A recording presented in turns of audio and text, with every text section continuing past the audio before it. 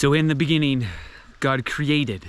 He created an amazing world, and then he made me and you in order to continue the creation.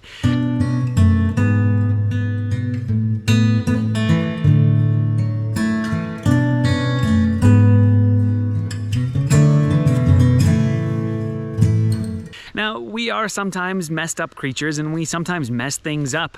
And the way that we use our creativity isn't always for God's glory, but when we do get things right and there's a hint of God's amazing creativity that steps into our work and the ways that we show his creative side, it just becomes amazing.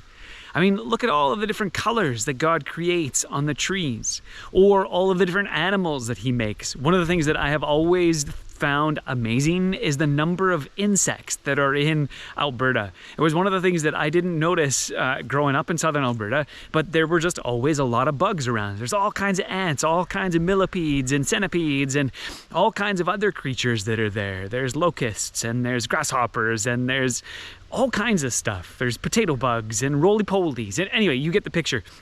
But it was something that I noticed when I went to a city or when we moved to London and there weren't as many bugs. It was just something that was quite shocking to me, actually. The fact that they could open up their windows and not have screens on them to worry about other flies and things coming in was unheard of for me, because I was always surrounded by this plethora of various kinds of insects.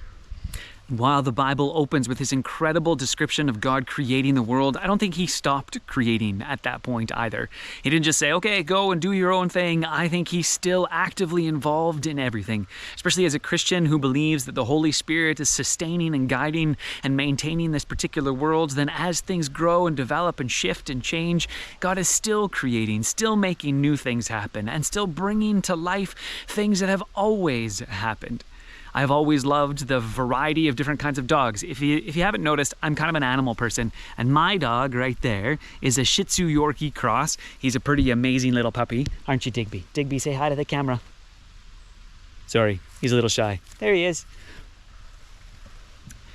And just the wide variety of animals that we have been able to help develop by crossbreeding and by selective and other things, sometimes to the detriment of the breed, sometimes to the benefit of the breed, and it's been amazing. And so again, we sometimes are able to use our creativity in good ways and sometimes in not so good ways. Sometimes we don't even know the consequences of where our creativity goes. But what God asks us to do is to do the best we can with the gifts he has given us to make this world a better place.